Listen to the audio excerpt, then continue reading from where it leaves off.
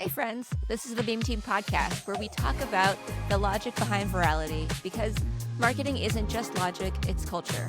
And our podcast decodes both. And with that, we have a bunch of stuff to talk about today. Yeah. But first, let's introduce Martin O'Leary, our guest for the week.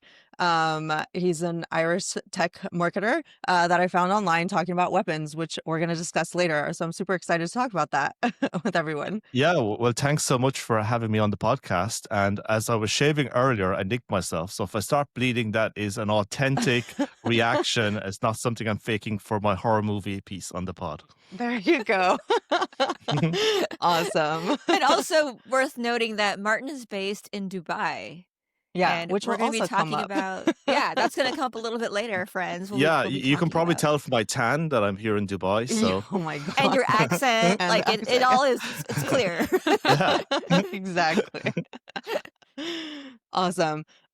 So we want to go into these two huge moments of IRL experiences.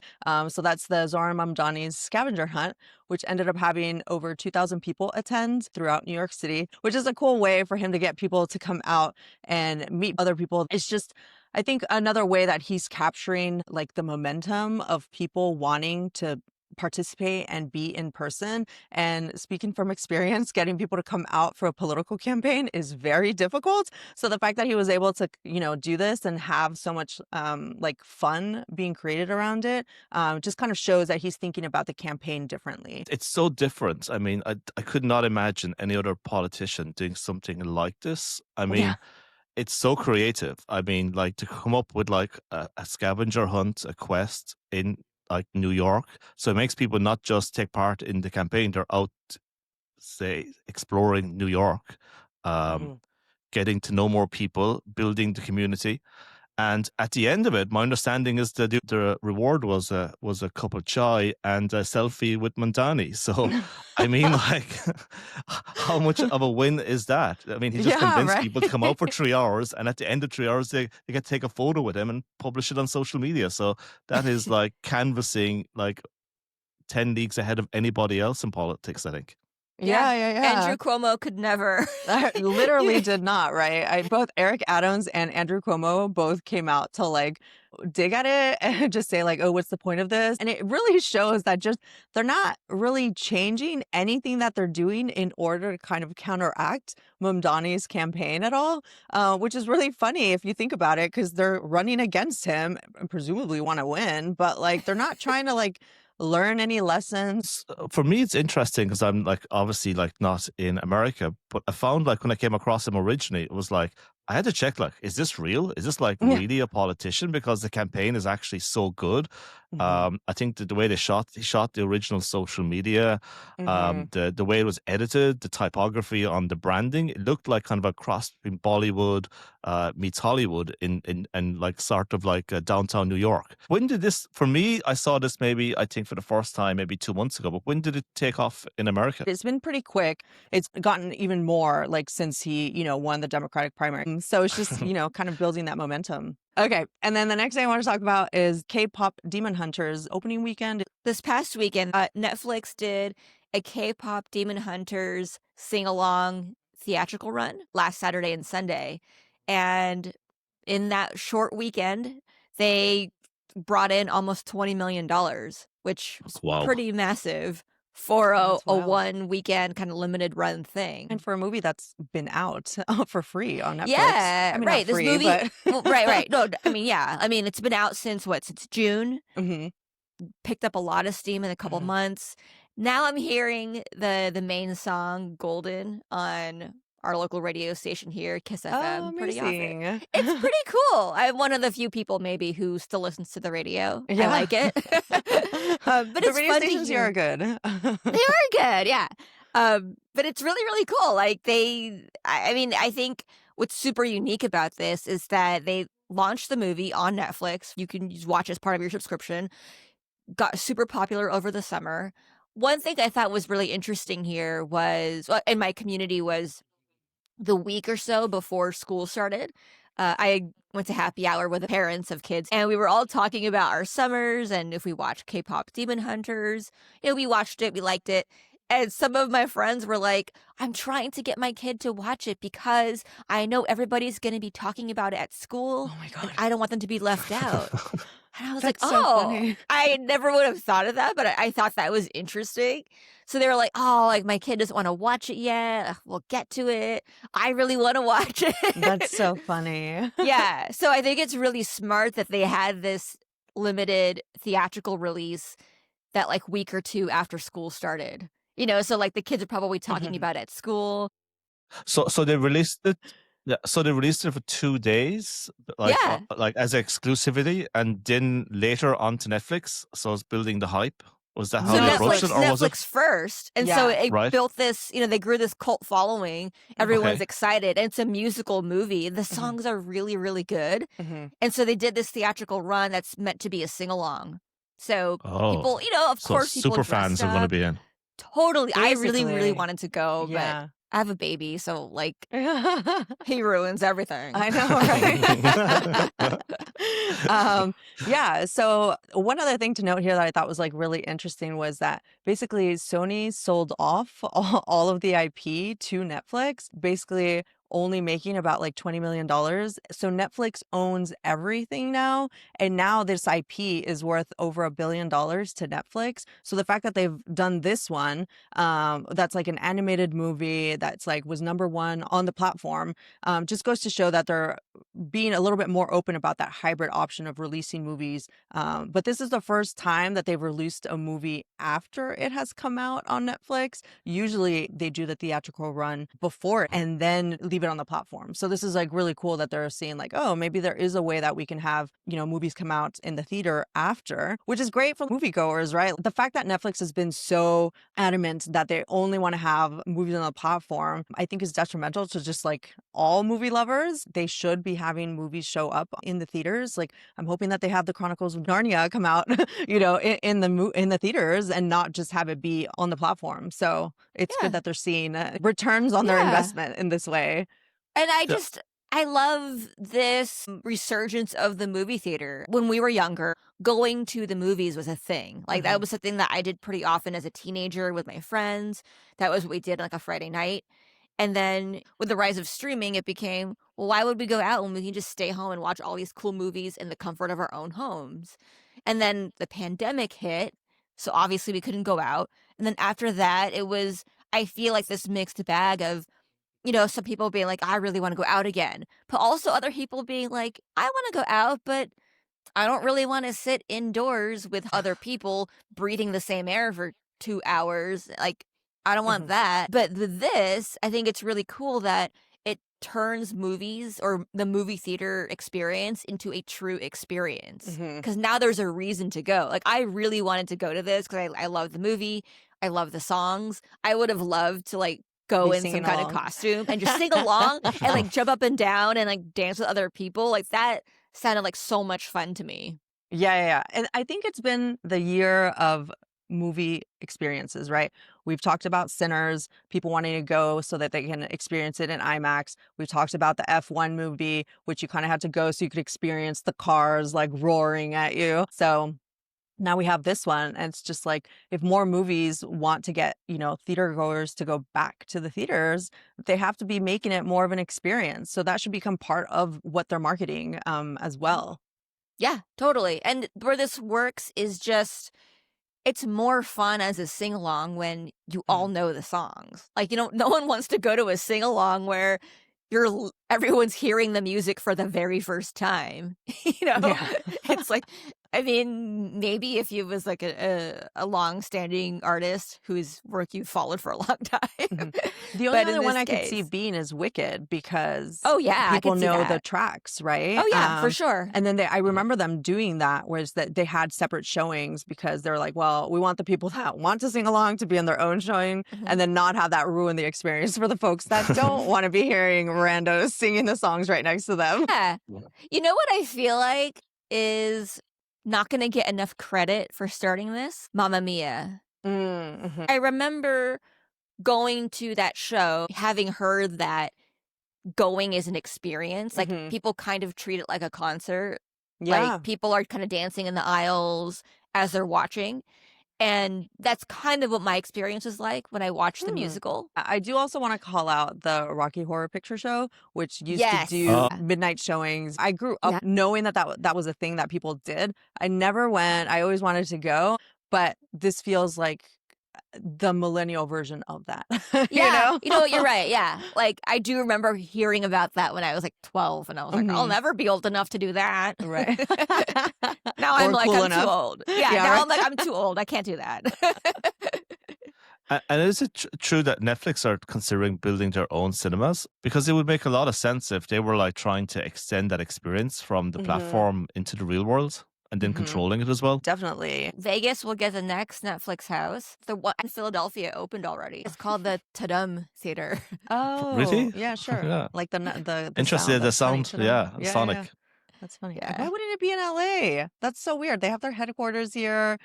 It's LA. Like, Yeah, I don't know. I wonder if it's their real way. estate is expensive, eh?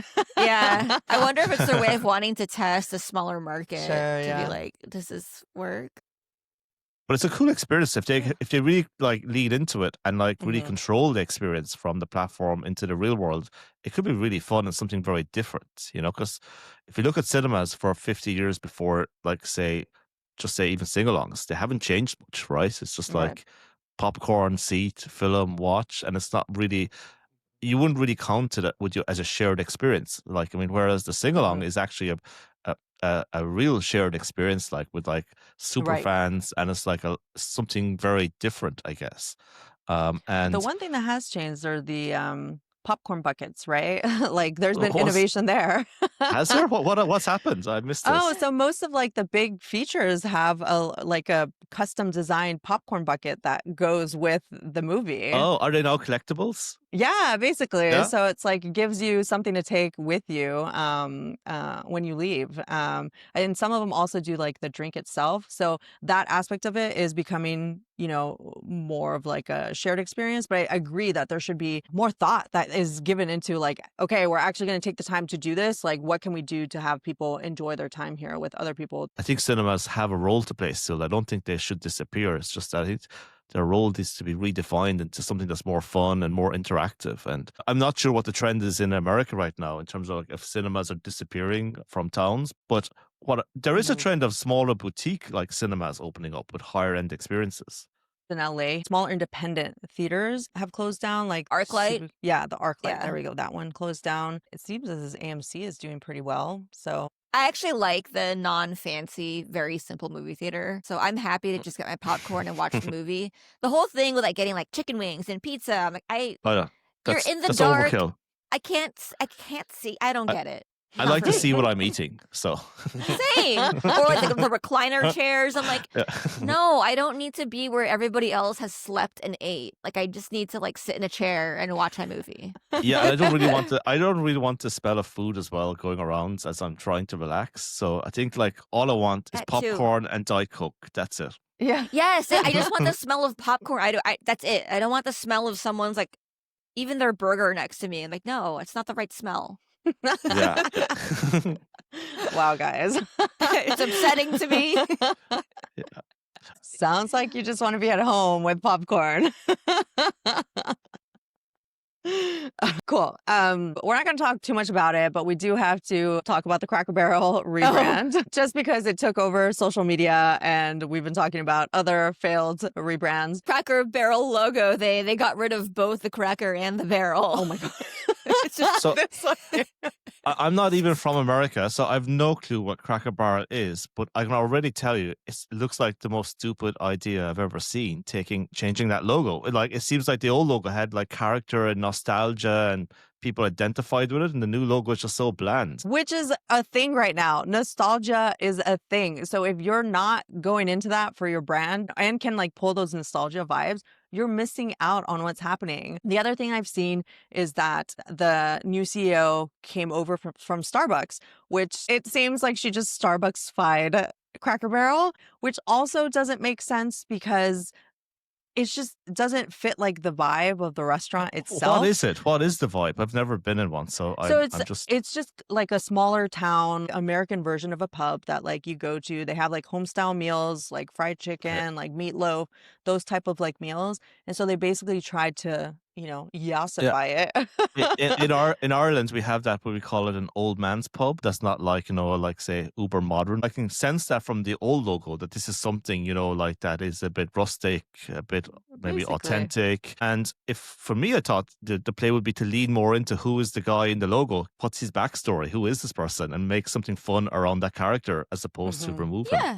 Hmm. Yeah, totally. I mean, it's a, southern chain. Each location usually has like a front porch with rocking Hmm. chairs and stuff. If you ask me, that appeals to a very specific demographic already. And yeah, I would have bet money that the people who like Cracker Barrel as a restaurant hate the logo. You don't have to, yassify everything. It's I like, know. if that's not what people want, which you Yeah. should know, and it's funny to me because it's a brand like it's Cracker Barrel. Hmm. It's not as universal as something like McDonald's. Hmm. Where Mhm. honestly, I could imagine McDonald's if they made that mistake. Like I could see that being more understandable because McDonald's is one of those, like everybody knows it. I mean, they A have lot of people updated their go, restaurants in that and they way. Like, think have. That's about what they true. They look like have. now, you know? Yeah, they are very different than how they looked when we were kids. Yeah, For right? sure. Yeah. One other thing I want to call out is because we've shouted out both Red Lobster and Chili's, which have gone into the nostalgia of millennials who used to go to those restaurants growing up, and they've gone deeper into it and are succeeding now, I would say, because they've, jumped in on that. They've just added newer menu items that appeal to those younger demographics, but still rely on like the kitschiness of Mhm. Red Lobster and Chili's and like what they have. So that's why it's just like I don't understand why they didn't just go with that vibe, the kitschiness of it, and then try to bring that millennial audience that like is looking for that kitschiness, both unironically and ironically, to to the restaurant, and then have that try that out for a little bit before you do the whole revamp that I'm sure costs like millions of dollars and is now losing them even more because nobody seems to like it. Felt far more distinctive, the old logo. So put yourself in the shoes of the meeting, right? What was the pitch for changing it like? Because obviously you said billions of dollars are spent on this. The people who are doing it are very smart. These are not like just coming up with random ideas. So what is their argument for changing it? I don't think we'll ever know. Or maybe somebody will do a like rehash, a couple months out. I was in the Because room and this is the what joke, happened. like when a new CMO comes in, right? It's always, Right. oh, we got to change the website. Mhm. So is this like a new CMO's come in and goes like, oh, we got to revamp the logo? Yeah, basically. Giving marketers bad name the world over. But has the sentiment online in America has been negative to it, like the change? Oh, They don't. completely. Oh, Yeah. overwhelmingly so. And Mhm. actually, to the point that Cracker Barrel released a statement. They released their statement yesterday. Huh? They Wow. said, if the That's last not a good sign. their statement is, if the last few days have shown us anything, it's how deeply people care about Cracker Barrel. We're truly grateful for your heartfelt voices. You've also shown us that we could have done a better job sharing who we are and who we'll always be. So it's not really an apology. Well, the thing that I think is really funny, though, about this logo is that for as divisive our country has become, this is the one thing that everyone has united against. There you go. Everyone hates this logo. I don't feel sorry for the CMO and that team. Like, it's I like- don't either. No. Yeah. It's funny that like conservatives have been complaining like they made the logo too woke, and I feel like the left has even been like, yeah, they did. They made it too woke. Cool. On to more controversy. So Sydney Sweeney has thoughts on the backlash on her bathwater soap. She came out to say, it was mainly the girls making comments about it, which I thought was really interesting. They all love the idea of Jacob Elordi's bathwater. And my biggest thing there is, who are you trying to appeal to? Because at some point, you are going to need women to buy the other products that you're shilling, including your jeans line, unless she's abandoned that. And if she wants to continue being this. It's not her line of jeans. It's American Eagle. She's a model for it. Well, but she right? designed them. Oh, she designed them? Yeah. She helped Oh. design the jean Oh. jacket and like the pair of jeans that she she was wearing in the ads. And presumably she will want to be a spokesmodel for other products going forward, in which she will need women to buy her Yeah, products. she's starting a lingerie brand, and Jeff Bezos is one of the investors. Which people are like, oh, that's That's why he was why at the she was. wedding. Yep. Yeah. So yeah, who are her products gonna be for? And then Cat's Eye and Gap, and then Addison Rae and Lucky have released ads in rebuke of her American Eagles ad. Yeah, I saw the Gap ad. It was really fun to see. Now that's some tapping into nostalgia because they kind of brought back their, the ad with people dancing with music. I really like those commercials back in the day, so that was pretty cool to see. And good on them for tapping Cat's Eye for that. Yeah, definitely. I did see that someone tweeted that only in America can there be a battle of woke over jeans. So now, ladies, go choose your fighter, Gap has great jeans, though. They Yeah. really do. I think there was 3 unifying moments like that were very close to each other. Coldplay moment, Sydney Sweeney, and now Cracker Barrel. I'm not sure that tells us about society. Yeah, I mean, people want the monoculture, basically, which segues nicely into my first topic of the day. Bear with me as I pronounce this. A Labubu matcha Dubai chocolate. Basically, I want to talk about what's going on with Gen Z and all these like trends that are like popping up. The through line I'm seeing is that Labubu matcha Dubai chocolate represents the death of monoculture through intentional complexity. Basically, it's combining digital trends but also physical experiences and then anti-beauty aesthetics. And that success is measured by confusion that's caused, and then the effort to acquire the knowledge of what all these things mean and how they're connected. And I think it represents Gen Z's rebellion against millennial perfectionism with like Instagram. So the Labubus are, these ugly little dolls that have gone wild these past, couple years. They're cute but demonic, expensive, but distributed through claw machines. You basically have the claw machine and you pull out a random doll and you don't know what you're getting until you open it up. So I think it also adds that like allure or that mystique of like, what are you going to get? Apparently, you don't always win by, doing the claw machine, right? It's random and you might get it, you might not. So it's creating that physical scarcity. But what it's also doing is creating a shared moment of participation where you have to be participating to get the doll. You can also buy Labubus online. The way it works is like, you go to the website and it shows when certain Labubus are dropping. Like, basically, so you set a timer on your phone or whatever. And okay, I'm going to come back at 7 p.m. tonight and I'm going to try to order it. And it's $25, $30. So it's expensive in the sense of, what you're getting is some cheap toy. Right. So it's expensive to that, but it's not exclusionarily so. It's not like thousands of dollars. So you have to so essentially you have to play the game. You check the website, you see, oh, I think I want to get this one. Or I think you will know by certain themes. Like you might not know specifically which Labubu doll you're getting, but you'll know the theme of it. Like, okay, I know it's going to be like a one of these. Yeah. And you set your clock, whatever, your alarm, sign on at the right time, go through it and try to process it. And then you'll see when it arrives which Labubu you got. So there's still like that randomness inherent to like the process of it. Which a lot of it's it really is just artificial scarcity, the randomness, that kind of lottery feeling. The person who explained it to me was really into it and was also I can't believe I'm into this. Yeah.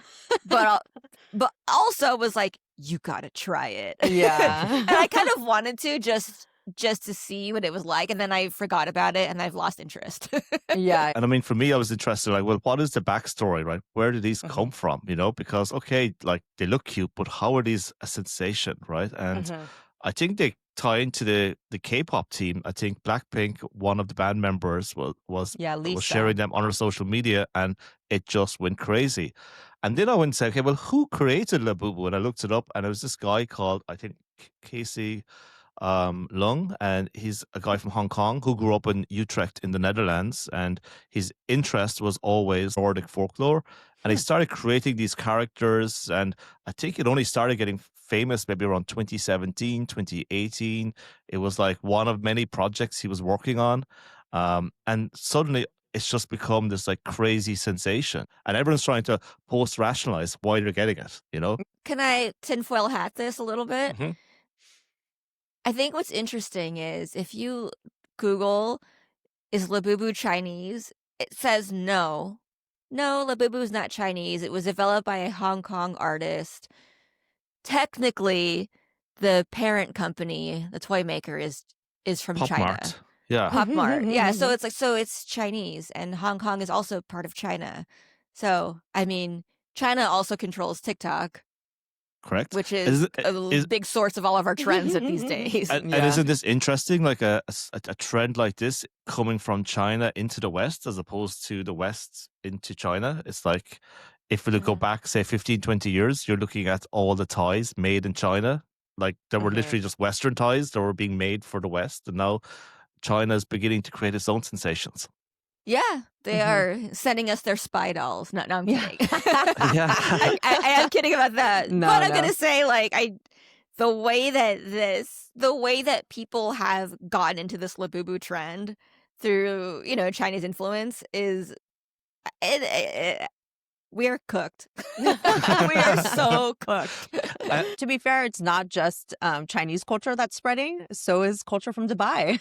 And that's where Dubai culture comes in. That also started from a random TikTok and has also spread through imitation and scarcity and has now affected global pistachio prices because of Dubai chocolate, which is essentially just chocolate with pistachio and is like intentionally weird and like green colored. And I think this is part of what is the appeal with Gen Z is that it's ugly on purpose because they want to fight against that like perfect aesthetic. And I think the bigger thing for me that I noticed is that I'm seeing it as a way of social gatekeeping because they're layering on top of all these like popular things that reach the monoculture, right? Like Dubai chocolate reaches the monoculture on its own. And then so did the Labubus.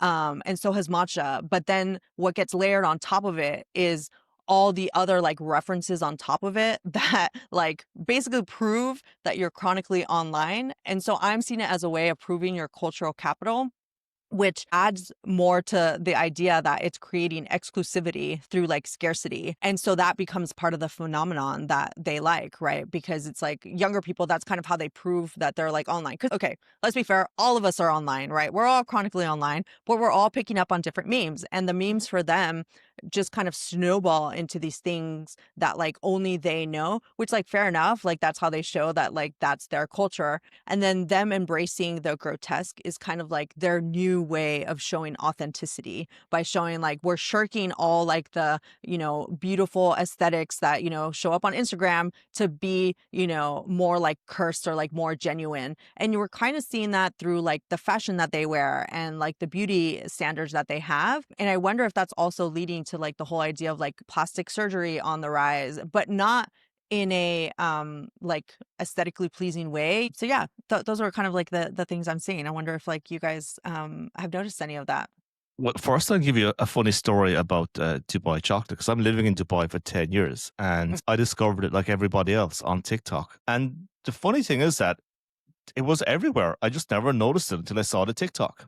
So it was in every shop I'd been going into for the last 2 weeks or more. It was surrounded everywhere, but it was invisible to me. So Oh my gosh. until I saw the video and got engaged with it, it didn't become visible in the stores even. So I think there's something funny in that kind of psychology that you need to be invested in it for it actually to become visible. Have you tried it? Yes, of course, and it's actually delicious. It's like it is looks really good. nice. Mhm. Yeah, well, I would say it tastes better than it looks. And again, I was But looking that's at the part of back. the point. Yeah, and I was looking at the backstory, and it was kind of comes again from a nostalgia. It was the founder is a British Egyptian lady, I think named Sarah Hamoudi, and she had this cravings when she was pregnant for pistachio, knaf, and having chocolate, of course, and I think she just invented it for herself, and it kind of started from there, and it took a number of years before it became, say, mainstream. And I think it was that one viral video by an influencer. I think it got like over 100 million views, and it's like an ASMR type experience of the person eating it. It's just so distinctive, you know. It's the Mhm. green. You can't once you see it, you kind of recognize it everywhere. But it's like you say, it's monoculture. When I traveled back to Ireland in the summer, it was in my local shop in Ireland, like which is probably some people never heard of Dubai. I can Wow. imagine. Yeah. I Maybe because it's green. I hear that Yeah, green is popular in yeah, that's Ireland. but we should have invented it. I mean, this should have been Well, but we you don't should have have got there first. pistachios, right? True, true. We could have put in shamrocks or something and Yeah, invented it. right. Shamrocks. Shamrocks. Oh my gosh. No, this sounds really good though, because I've always liked pistachio ice cream. Mhm. Oh, I yeah. just think it's one of my favorite Yeah, flavors. I So love it now I'm like, too. wait, I would like this Dubai chocolate. Yeah, and Just go I to was a meaning coffee I was shop. just researching as well, like, and I haven't got the answer for this one, but I want to discover it pretty soon, is like, do you have to have an official license from Dubai to use the name Dubai chocolate? Oh, like Because champagne? Yeah. I Otherwise, it's just wonder. sparkling yeah, chocolate. yeah, because like it's representing the city, right? So it could do a lot of brand damage if it's not good quality. I That's think it needs funny. to. It needs to. Because they can't. It's not How would it right. enforce it though? For certain things, is a brand name in itself, but from a Mhm. trademark, it could maybe Yeah. enforce it that you can only use this as a trademark if you're licensed or That's an interesting idea, but I Yeah. feel like they would want it to spread a little bit more before they start doing that because it yes. hasn't reached like peak, like everybody knows about it. Right. It's still Because niche enough. yeah, exactly. It's like right now Yeah. it's like they still want it to spread. And it's getting the name of Dubai out there far more effectively than a lot of the other marketing campaigns that they've done. Sure. Yeah. Yeah, So yeah, it's I'd let been a it go. sensation, I think. Yeah. Yeah, Well, I definitely. think one thing where it could be covered is uh so for food labels here, food manufacturers, they can't say what's not true. So I'm saying that very carefully because I know that there are ways to get around it. But for instance, I'm looking at um, Lindt chocolates. Their language is very careful to say it. It's called the Lindt Dubai style chocolate bar. Indulge in the luxurious taste of Lindt Dubai inspired chocolate. So it's very clear that they are not saying it's from Dubai. Yeah. They are saying it is in the style of Dubai chocolate. So that is what you are allowed to do legally. People can't say like, "Oh yeah, this is Dubai chocolate." They can't say that unless it's from Dubai, at least. There you go. All right. So the thing I want to talk about next is GLP-1 drugs. It was last week now. Serena Williams, literally one of the greatest athletes alive, revealed that she's on a GLP-1 drug via Ro Telehealth for postpartum weight loss. So she still trains very Mhm. professionally. No doubt she also has a diet that supports that. And she had felt like her weight loss had plateaued to a point. So with GLP-1 and with her exercise regimen, she lost about 31 pounds. And she's now a brand ambassador for Ro in their national campaigns. Although worth noting that her husband, Alexis Ohanian, is an investor in Ro. So there is that. And I think when she announced this, I think one, props to her for willing to be honest about it, you know, especially because it's her, literally one of the greatest athletes alive, but of all time, you know? That's part of And her brand, though. I feel like she's mhm, always been very transparent yeah, about things that have affected her, including like her pregnancy, her birth story where she almost died. So yeah, she's been very open about that, her postpartum troubles afterwards, like mentally. So I like that it fits with her being open about like what's going on in her life.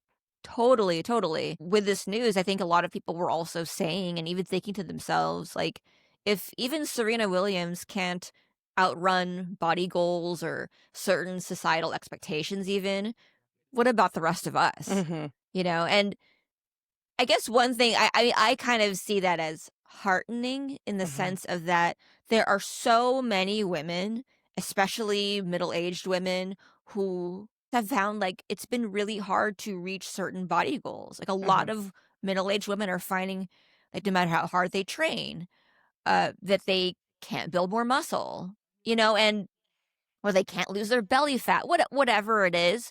So I think it's heartening in that it really validates, like, no, sometimes, like, it's not that you're doing it wrong, Mhm. like, it's not because you only ate 110 grams of protein instead of 115 grams yesterday. Like, it's more than that.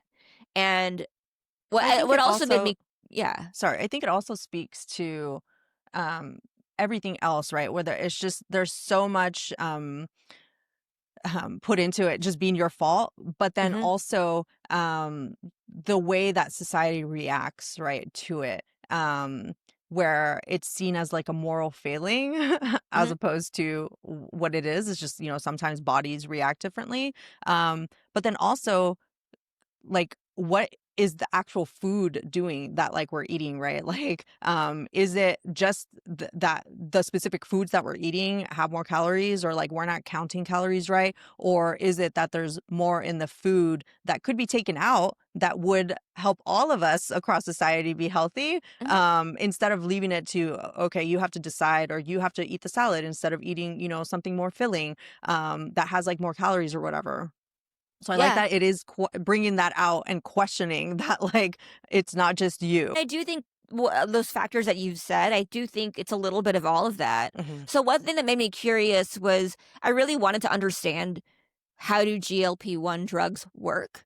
Right? Because I had heard plenty of times that one thing it does is it eliminates food noise. So for people who are thinking, like, they want, like, always wanting to snack, eat, whatever, it eliminates that noise.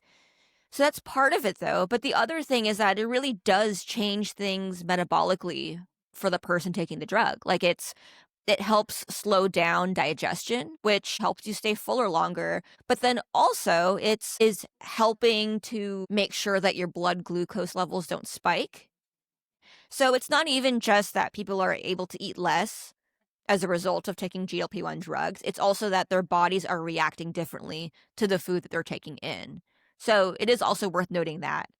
And I think the whole food noise thing is, I remember having heard, this was a couple years ago, I think, when right before GLP-1 drugs became more readily accessible. But it was right before that researchers were starting to think that, like, have we, like, cured addiction? Like, they've been wondering, and I think they were that was an open question because it isn't just food noise. Like, I think that people who are maybe always craving alcohol, for instance, that alcohol noise has helped to reduce as well. So it's kind of a bigger thing than just food. And just a few points I'd like to add is just like, speaking of like the elephant in the room, how authentic is it if her husband is like on the board of Roe, is an investor in Roe, and now she's a spokesperson for Roe, right? Which is Roe is, I think, Monjaro, and the competitor is Ozempic, right? For me, I always have to see, okay, how real is this? Is it coming from? Would you believe it compromises the authenticity of the claim, or do you think there's enough in the fact that it is giving a permission slip to people that, like, it is hard, you need help, we're all the same, it's not just you, or it's not just your, say, approach. I don't necessarily think that means conflict, but I do think people should call it out. Like, I do think people should be very aware of her connections to the company. And I also think that she and the company, like, need to be very mindful of how they're talking about these things. In particular, Roe, they need to be very mindful about the way they're going to be talking about Serena's story. I think just having worked on the side of, like, wellness and fitness for a while, I know that sometimes you really do happen to get this kind of perfect story of, oh, we have the ideal spokesperson who used our product. Like, we got to use this. I've seen that enough times where I can believe it. That's kind of what I think happened. The connection is the point, right? So Mhm. to me, if Serena is talking to her husband, Alexis, and saying, hey, I'm kind of struggling with this. I can't get my weight down, even though I'm working out, even though I'm doing all this stuff. He knows how intense she like works out. And he's like, hey, I just invested in this company that has like the GLP-1, weight loss drug. Maybe you should try it out. And I would go with that company because my husband is referring me to the company that he just invested in, who does due diligence on the companies he invests in, right? So I'm more likely to trust that company than me going out and searching for like another one that I know would love for me to be their spokesperson, right? This is like, I'm cutting that out. I know there's no marketing coming into it. There's no like filler. So it's like she's kind of approaching it a little bit more anonymously than she would if she was going as me, Serena Williams, is like going to test out these other products that would probably do the same thing, but I'm gonna go with this one. So that's kind of how I saw it. And obviously it's right for people to like call that out. But Totally. then also like she didn't have to tell us. She didn't have to tell us that she was doing this. I can assure you that there's a lot of celebrities out there that are doing the same thing and aren't telling us about that, you know? So the fact that she is telling us about it means that she does want to take us with her on that journey. So I'm more willing to like, believe her. The other question I'd like to get your opinion on this is that there is a contradiction here, right? Mm. We've been talking about imperfection all along and people's move towards imperfection. But these drugs are going back into a trend towards perfection.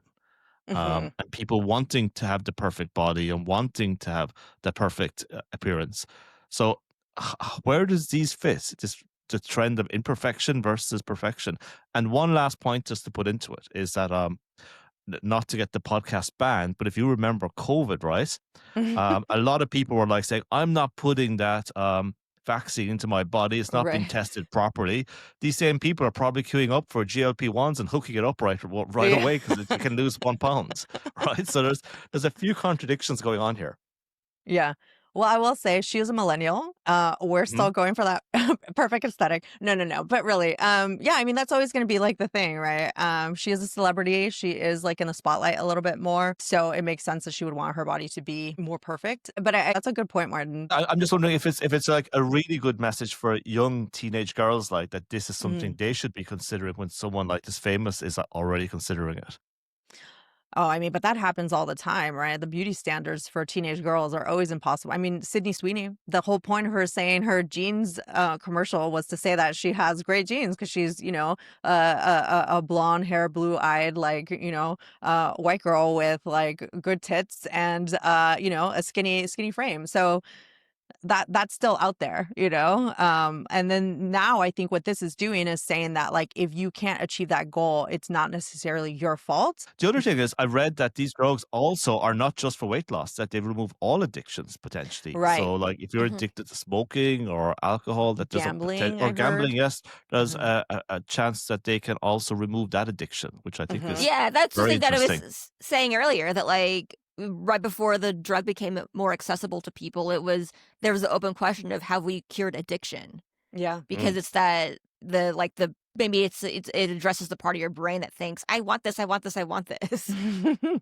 Yeah, we'll have to see, right? I think they're Yeah. starting to do studies on that. I think it ended up being one of those like secondary side effects that they weren't Mhm. really planning for. Yeah. And so people are like calling this like, is this an actual miracle drug? Because like, what downsides are there to it? Well, one downstream effect is going to be our food or our food products. So the other thing that I saw was somebody called out that snack makers are now trying to make GLP-1 resistant foods. That like made So it makes alarm bells go off in my head because I already kind of knew, I'm like, what do you mean resistant? It's not that they're trying to make foods that resist the chemical effects of GLP-1. They're trying to focus or even just reposition some of their products around high protein and high fiber. They're also trying to make foods that are even lower in sugar, because some of the effects of being on GLP-1 drugs is that some foods that are rich or really creamy or like really sugary, it tastes too sugary and it tastes too rich. So now manufacturers are trying to make foods that actually are lower in sugar. Yeah. Well, that's interesting though, right? Because maybe that means that food in general is going to become a little healthier if it has more fiber and it has more protein and less sugar.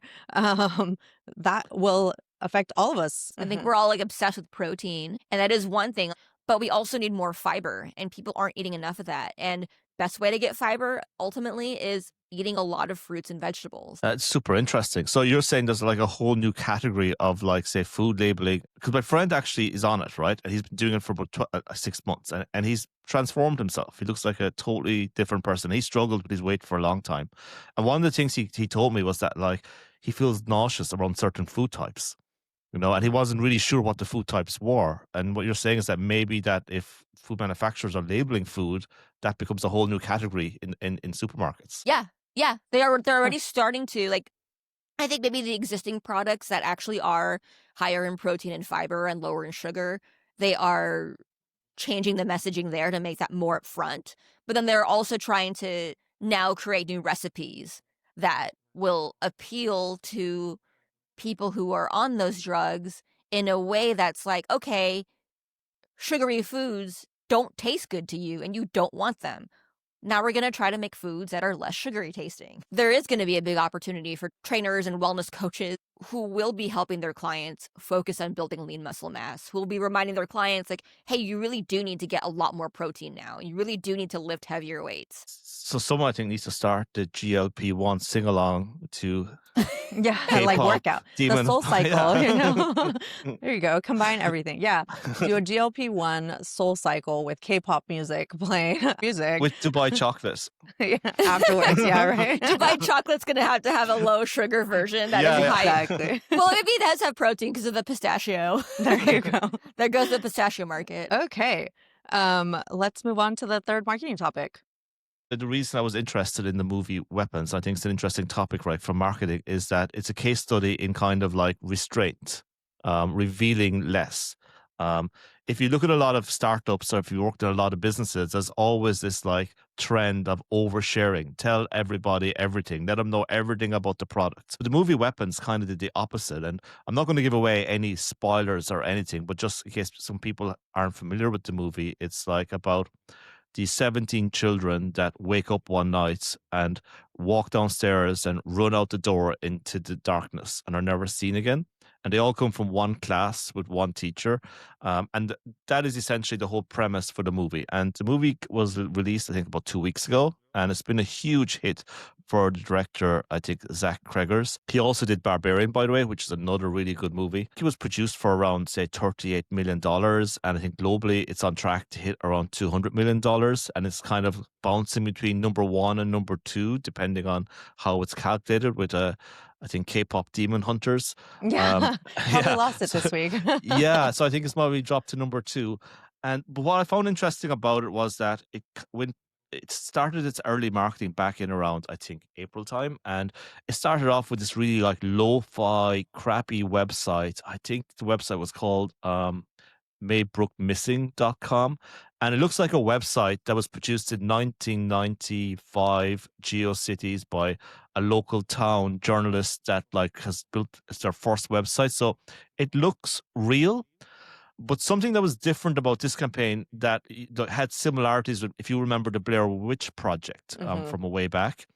The Blair Witch Project wanted you to believe it was real. Like they wanted you to think that this actually happened, and they created a documentary about the missing, say, filmmakers and what happened to them. Whereas Weapons didn't want you to believe it's real; they wanted you to feel it's real, and want you to experience that you want it to be real, but you know it's not. But I think using the lo-fi website where they added these like clips of the kids on it, which were like 20-second clips. And then a few weeks later, I think they added a 2-hour surveillance So clips video. of what? Clips of them running? Yeah, just literally very vague clips of these kids like running out the door on their CCTV. And Got it. what's good is So, like but the they're videos. doing that like move, right? With like their arms stuck out on the side and they're doing the little Exactly. run. Yeah, it's very Super iconic. It's very, creepy. it's super creepy. Like it's super creepy. And like what's good about it, the videos is that they're very like, say, grainy and low quality. And look, we all know that like a surveillance video today is like 4K, right? So Yeah. it's it's again making you believe in this like imaginary world, like that this exists and it might have So does it happened, but take place in the 90s, the movie? I mean, I don't know if that's a I no, I spoiler. think it's take. No, I don't think so. No, I think it's in Oh, the present. But interesting. again, it gives this Yeah, like yeah, yeah. nostalgic vibe to it, Yeah. right? It felt more like that. This was more about creating this feeling that this was like something that was like hacked together or amateurish. Someone Hmm. got their CCTV and put it on a website, and Yeah, yeah. the But it's also unlisted a YouTube. small town, which probably wouldn't Yes, have the best CCTV, right? Like this isn't, high true. grade 4K HD Yeah. TV type, grade. So maybe that's also part of the It marketing. makes it believable, right? Yeah, totally. And then, like the 2 hour surveillance video, if you go to Reddit, people were going through every second and every frame of that video trying to find clues, right? So people were Love getting it. super invested into the story. A lot of people had lots of different theories of what was going on. Someone found, for example, on I think a certain second near the end of the video, if you pause it on one frame, you could see an image of a guy staring on the screen, and everyone then had like crazy theories about what is this. And I love when like people invest the time to create these like kind of like experiences.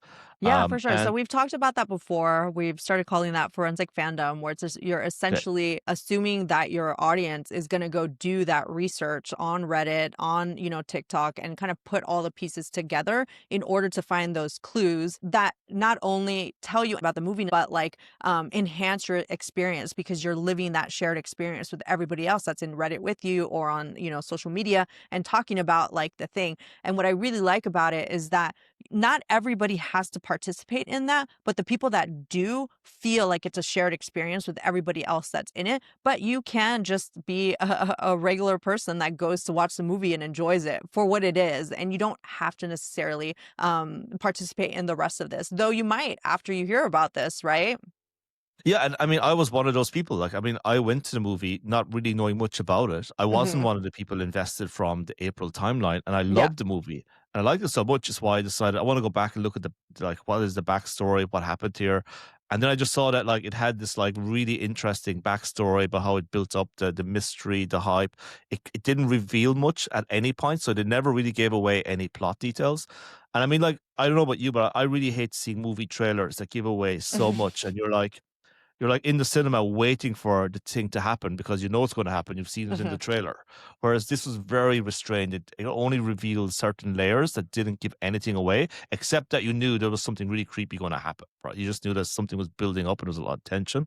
And then it was like we've seen it with other movies as well recently, like Smile and Long Legs.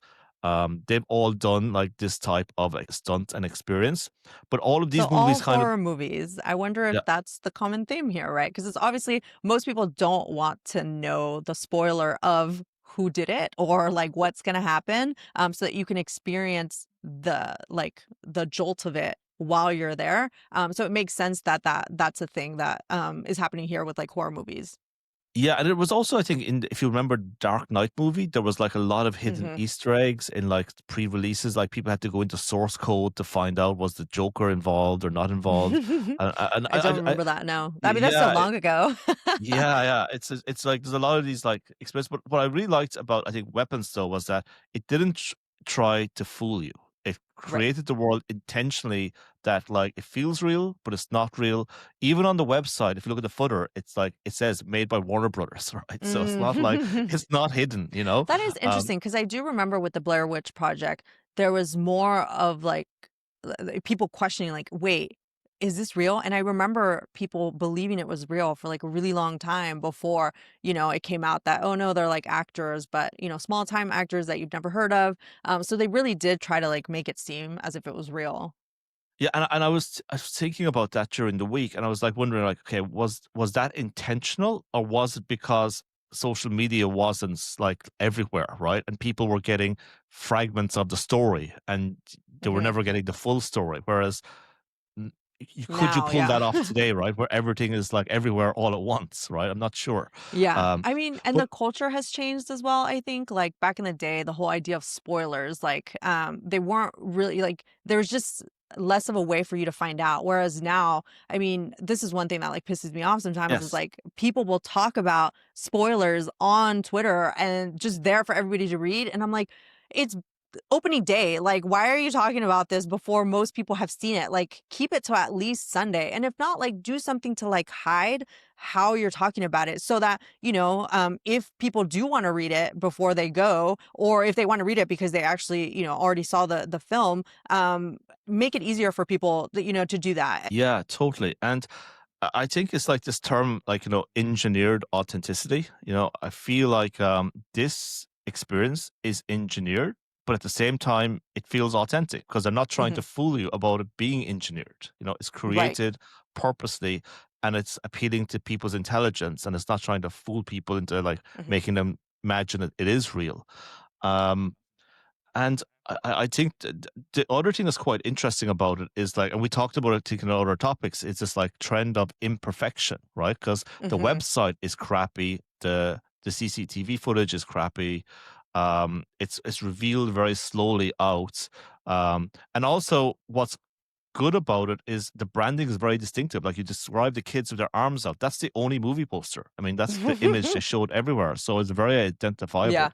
Um, but this imperfection is interesting, right? Because like we're in the age of AI, right, where everything is like AI is too perfect, and Hmm. nearly now to prove to someone that you're a human, you have to write with typos, like just to that you are not a robot, right? And if you don't write Right. with typos, you're yeah, you're potentially a robot. Um, and I think there's something interesting there, and it's kind of like going back maybe even further to punk rock. That was like, and that was a response to manufactured music. And Hmm. are we going to see more trends in terms of like being manufactured imperfections and in like say engineered authenticity, like weapons, right? Um, and more experiences like Labubus. I mean, that are like just going to be just kind of like weirdly not real, but not perfect, but kind of scrappy experience. While at the same time, people are looking for the GLP ones. Right.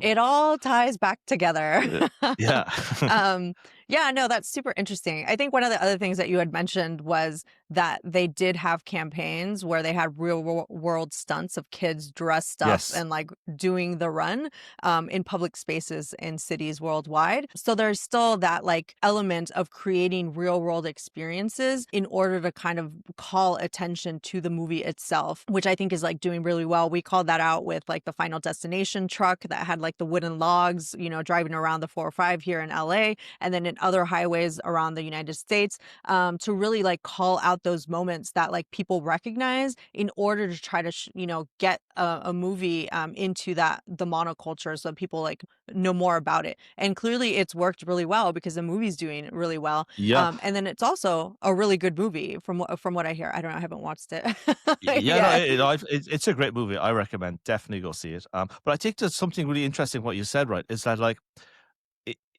they revealed very little, but everything they revealed was a consistent brand Hmm. identity, right? Because it was always a video or a poster or a clip of the kids with their arms in a certain way Hmm. running, which is like super creepy.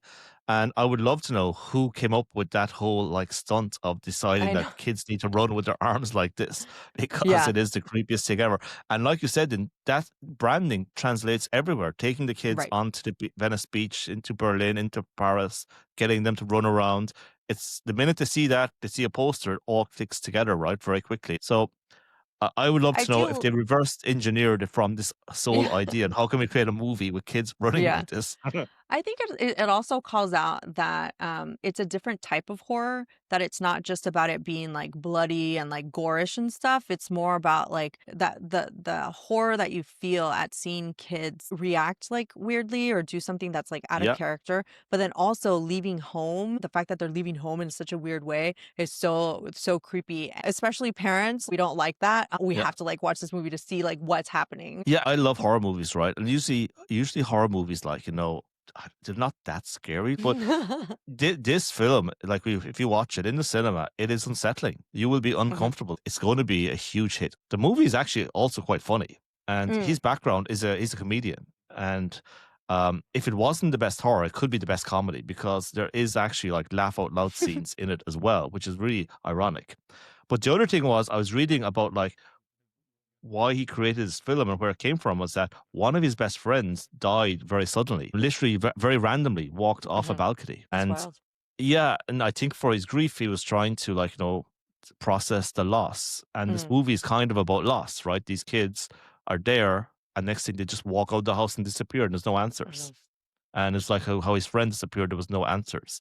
So I think it's very raw, the movie, and I think it comes from that kind of really honest place from his own experience. So I think that's maybe why it connects with a lot of people. Yeah. I think overall what I'm kind of seeing, from this is the whole idea of how you're participating in something, right? Whether that's through the film itself, like going to actually see it, which we talked about here with K-pop Demon Hunters and the Zohran Mamdani scavenger hunt. It's just people really want to experience things in person a lot more. So a takeaway for me is for brands that are trying to go after that Gen Z market, you have to make sure that you're really in the culture with them and you aren't just trying to transact onto one of the aspects of what's gone viral, because they're going to automatically know that you're not being authentic because you're not actually in it with them and can't refer to everything else that they're talking about. So whether that means you yourself being chronically online or having that Gen Zer that's there to kind of take you through the process, make sure that you actually understand what you're referring to and aren't just hopping on the trend to hop on the trend to appeal to that Gen Z audience. Yeah. I'm going to take an optimistic stance on industries at large affected by GLP-1, which is to say, I believe that consumers are trying their best, whatever, for better or for worse, trying their best to be more knowledgeable, better educated about what they put into their bodies. And I also believe that most people who are on GLP-1 drugs are doing it with eyes wide open and through the help of their doctor and feeling like this is the smart option that I am doing next as a result of me wanting to take better control over my health. And so by extension of that, my hope is that this is a really good, really big opportunity for wellness, nutrition, health providers, provider in the broadest sense, providers, manufacturers, to do right by people and really try to focus on creating and doing things that are good for people and good for the world. That's my hope. Yeah. The thing that stands out to me here is that when celebrities kind of create their brand of being open and transparent and they come out with something like this, I will give them that benefit of the doubt. And I hope that more people will, because this isn't an easy thing for a celebrity to admit that they needed help in order to reach a goal, especially someone who has achieved so much and has reached so many of her own goals. I think that should be recognized for what it is, because it is so outside of what happens with normal celebrities who I know for sure are probably using this drug and are just not admitting to it. Yeah, and I think another takeaway for me is also what we've seen some of the trend of adding in friction to the experience. So, for example, with the sing along being only available for 2 days, so there was a scarcity there. You had to be in. With the Labubu, you had to earn the right to get one originally, so that you had to be invested in order to feel like you really had the right to own one. And I think even with Mandani, there was that kind of friction as well, to go to 2 or 3 hours of a quest to get to take a selfie with him at the end. But you feel happy, you feel like you achieved something. It's like you've got a receipt to prove it. And I think that's kind of an interesting, play across all the teams we chatted about. Yeah, that's a really good that. one. Yeah. Okay, Martin, you're the host. You're invited now. back. Well, thank you so much, Martin, for stopping by and chatting with us. Please let us know how people can find you. Yeah, you can probably find me on X. It's probably the easiest, Martin O'Leary. And stop by and say hello. Thanks so much. It was so much fun, Amanda. Yeah, Cheers. thank you so much, Martin. You were great. Come back soon. Oh, Yeah. I'd love to. See ya.